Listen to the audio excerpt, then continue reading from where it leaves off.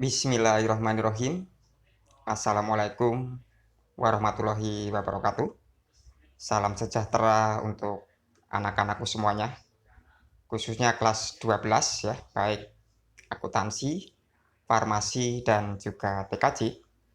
Yaitu di pertemuan hari ini, yaitu Bapak akan membahas ya materi PKN, yakni di bab ketiga, yaitu tentang tata kelola pemerintahan yang baik, atau lebih dikenal dengan sebutan istilah good governance. Kecenderungan praktek pemerintahan dewasa ini menunjukkan kuatnya semangat untuk menjalankan pemerintahan yang baik.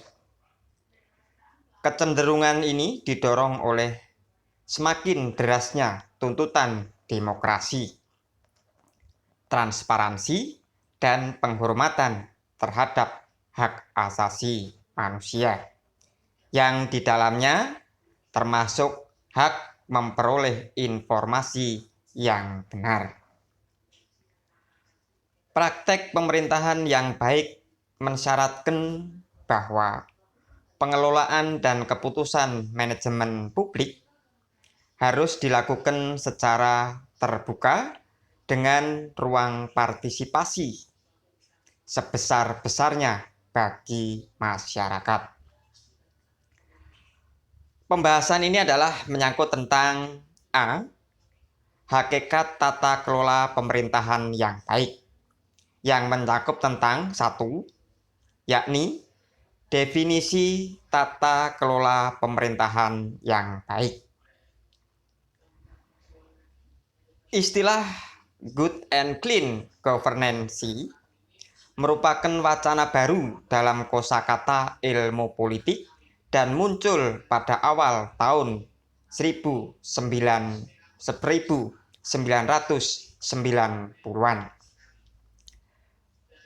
Istilah good and governance ini ya, memiliki pengertian akan segala hal yang terkait dengan tindakan atau tingkah laku yang bersifat mengarahkan, mengendalikan, atau mempengaruhi urusan publik untuk mewujudkan nilai-nilai tersebut dalam kehidupan sehari-hari. Pengertian ini tidak sebatas pengelolaan lembaga pemerintahan semata, tetapi menyangkut semua lembaga baik pemerintahan maupun non-pemerintah, yaitu yang maksudnya adalah lembaga swadaya masyarakat. Menurut World Bank ya, good governance yaitu suatu penyelenggaraan manajemen pembangunan yang solid dan bertanggung jawab yang sejalan dengan prinsip demokrasi dan pasar yang efisien, penghindaran salah alokasi dana, maksudnya salah dana investasi ya, dan pencegahan korupsi baik secara politik maupun secara administratif, menjalankan disiplin anggapan secara penciptaan bagi tumbuhnya aktivitas usaha.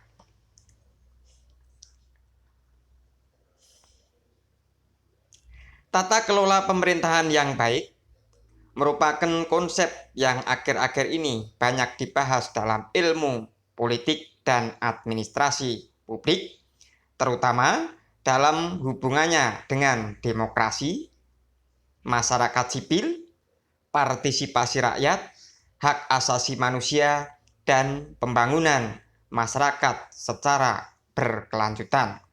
Lauda Ida 2002. Berikut ini ya merupakan uraian lebih lanjut dari orientasi tata kelola pemerintahan yang baik. A. Orientasi yang ideal. Pada orientasi ini, segera diminta untuk mencapai tujuan nasional dengan bertitik tolak pada pengejewantahan demokrati dalam kehidupan berbangsa dan bernegara dengan beberapa unsur perwakilannya seperti legitimasi, pertanggungjawaban, penegakan HAM, otonomi daerah, dan pembagian kekuasaan, juga jaminan kontrol sosial. Penjabaran yang B yaitu pemerintahan yang ideal. Maksudnya, dari orientasi ini adalah pemerintahan yang menjalankan fungsinya secara ideal harus melakukan upaya yang efektif dan efisien dalam rangka pencapaian tujuan nasional. Adanya orientasi ini tidak lepas dari sebaiknya apa kompetensi pemerintah dan sebaiknya apa struktur, juga mekanisme politik dan sistem administratif negara yang berfungsi secara efektif dan efisien. Itu tadi adalah mengenai tentang apa itu definisi tata kelola pemerintahan yang baik. Lalu yang kedua yaitu adalah prinsip-prinsip tata kelola pemerintahan yang baik. Untuk merealisasikan pemerintahan profesional dan akuntabel yang bersandar pada prinsip-prinsip tersebut, lembaga administrasi negara dalam arti LAN merumuskan 9 aspek fundamental atau asas dalam good governance yang harus diperhatikan, yakni yang pertama atau A yaitu partisipasi. Asas partisipasi adalah bentuk keikutsertaan warga masyarakat dalam pembagian keputusan, baik langsung maupun melalui lembaga perwakilan yang sah yang mewakili kepentingan mereka. B. Penegakan hukum. Aspek penegakan hukum adalah pengelolaan pemerintahan yang profesional harus didukung oleh penegakan hukum yang berwibawa.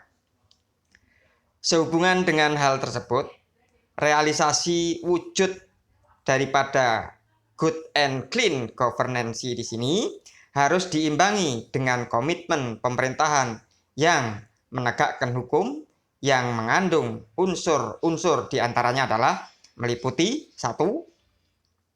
Supremasi hukum, 2. Kepastian hukum, 3.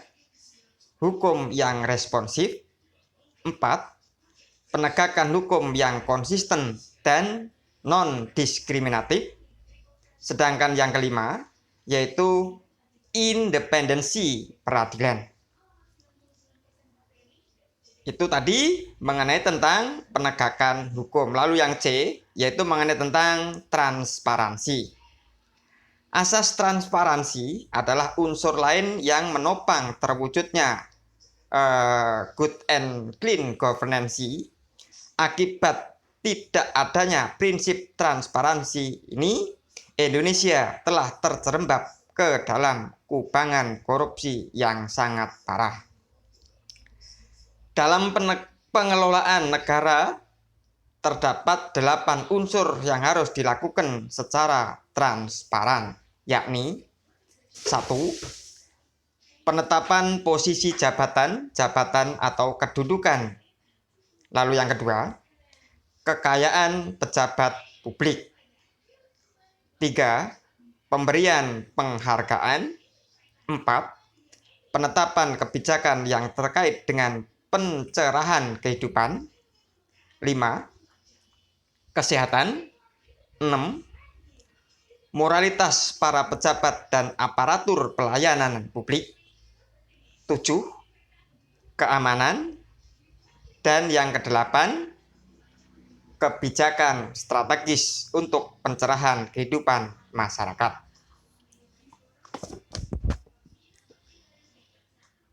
Lalu yang D, yaitu responsif. Asas responsif adalah pelaksanaan prinsip-prinsip tersebut bahwa pemerintah harus tanggap terhadap persoalan-persoalan masyarakat. E, kesetaraan. Sorry, maksudnya E ya, bener ya, E ya. Sorry, Bapak salah ketik. Yaitu konsensus. Konsensus adalah bahwa keputusan apapun harus dilakukan melalui proses musyawarah melalui konsensus. Lalu F, yaitu kesetaraan. Asas kesetaraan adalah kesamaan dalam perlakuan dan pelayanan publik. Asas kesetaraan ini mengharuskan setiap pelaksanaan pemerintahan untuk bersikap dan berperilaku adil dalam hal pelayanan publik tanpa mengenal perbedaan keyakinan, suku, jenis kelamin, dan kelas sosial. G, efektivitas dan efisiensi. Kriteria efektivitas biasanya diukur dengan parameter produk yang dapat menjangkau sebesar-besarnya kepentingan masyarakat dari berbagai kelompok dan lapisan sosial. H, akuntabilitas. Asas ini adalah pertanggungjawaban pejabat publik terhadap masyarakat yang memberi kewenangan untuk mengurusi kepentingan mereka. I atau yang terakhir ya, yaitu visi strategis. Visi strategis adalah pandangan-pandangan strategis untuk menghadapi masa yang akan datang. Kualifikasi ini menjadi penting dalam rangka realisasi dari good and clean governance. Nah, itu adalah pokok pembahasan yang kedua. Lalu pokok pembahasan yang ketiga, yakni tentang ciri-ciri pemerintahan yang baik. Dengan mengetahui pengertian dari tata kelola pemerintahan yang baik, kita dapat melihat ciri-ciri dari tata kelola pemerintahan yang baik. Namun, sejatinya terdapat ciri-ciri lain yang khas tata kelola pemerintahan yang baik. Memahaminya menjadi penting ya, agar kita dapat lebih waspada dengan jalannya pemerintahan di sekitar kita. Ya, di bawah ini ya merupakan uraian lebih lanjut, yaitu mengenai tentang pemerintahan atau ciri dari kategori pemerintahan tata kelola yang baik. A, partisipasi warga negara. Ciri pertama dari tata kelola pemerintahan yang baik yaitu tingginya peran serta warga negara dalam setiap pengambilan keputusan yang berkaitan dengan penyelenggaraan negara. B, suplemasi hukum yang ditegakkan oleh negara. Suplemasi hukum yaitu kekuasaan hukum serta norma-norma hukum yang menjadi dasar dari segala hal dan tetap memiliki prinsip berkeadilan. C, baiknya transparansi penyelenggaraan pemerintahan. Keterbukaan informasi di pemerintahan merupakan suatu faktor yang mempengaruhi tata kelola pemerintahan. Lalu D, respon yang baik dari aparatur negara. Tidak dapat kita pungkiri bahwa dalam penyelenggaraan negara, pemerintah berhubungan dengan banyak pihak yang terkait, baik itu pihak asing ataupun pihak swasta.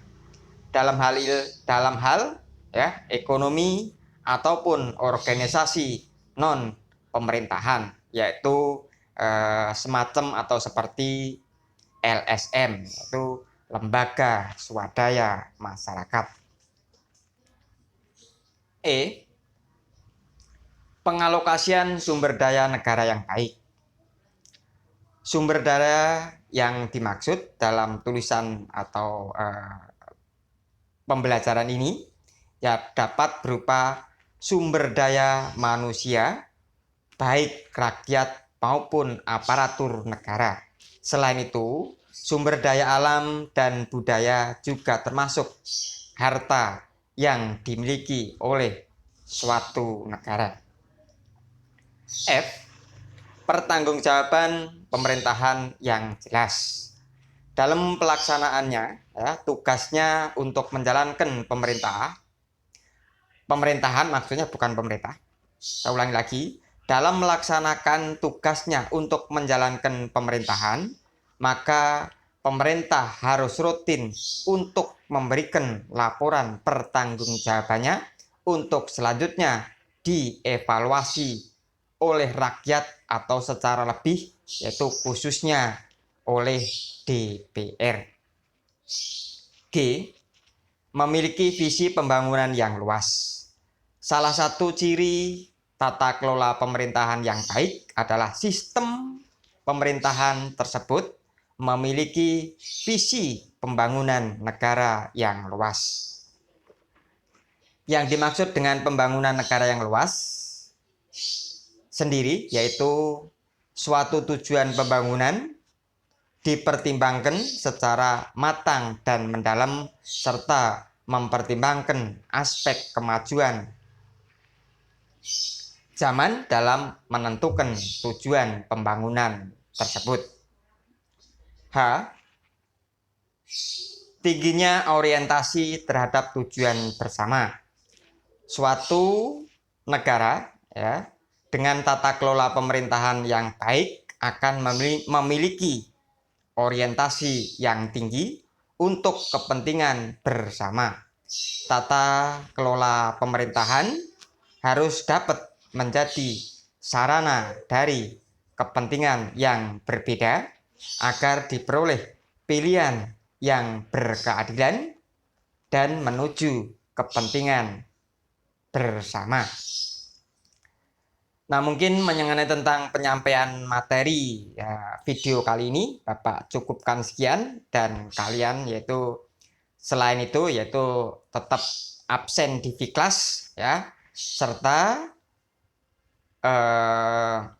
yaitu menjawab atau latihan soal yang berada di kuis atau di latihan di kelas, sehingga akan mendapatkan daripada apa itu mengenai tentang laporan kehadiran kalian. Terus kemudian juga mengenai tentang nilai daripada nilai harian. Mungkin hanya itu yang perlu Bapak sampaikan di materi pembelajaran jarak jauh kali ini. Ya.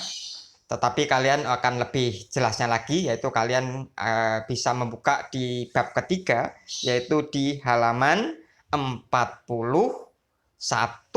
Ya, 41. Ya, di buku paket kalian. Ya, sekali lagi cukup sekian akhir kata. Wabillahi taufik wal hidayah. Wassalamualaikum warahmatullahi wabarakatuh. Terima kasih.